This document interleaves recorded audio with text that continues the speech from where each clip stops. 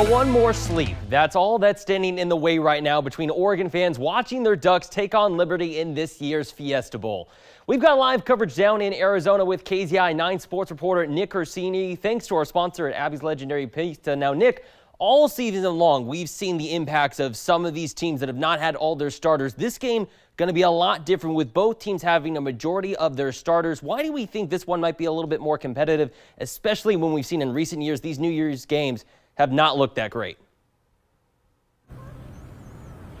No, Brett, they have not looked great at all. I think to the 3 New Year's Six Bowls earlier today that's happened so far, and it's just they haven't been competitive. And it's a shame because bowl season used to be something that you looked forward to. It was a good way to cap off your season, regardless of where you finished. You wanted to get to that exclusive number 6 victory because then you knew you were going to play in a bowl game. Well, you mentioned it too. That's not really a problem here. Of course, for Oregon, Jackson Powers Johnson, Kyrie Jackson, those guys aren't playing. Half of the reason, some of them are banged up, and the other reason, they don't necessarily need to play in this game because they're going to go to the next level and their stock is already as high as it's going to be. But for guys like Bo Nix, Bucky Irving, Casey Rogers, Brandon Dorless, guys who have been on this program for a long, long time, they're playing in this game. And I think it just speaks to a credit to what Dan Lanning has brought to this team in just his 2 short years as head coach. Here's what he had to say.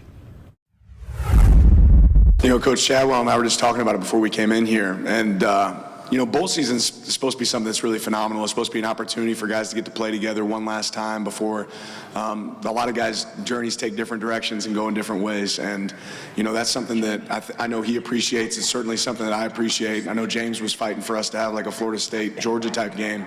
But us around here, we love seeing our players play. We love seeing our guys compete. They signed up to be a part of a team for the long haul.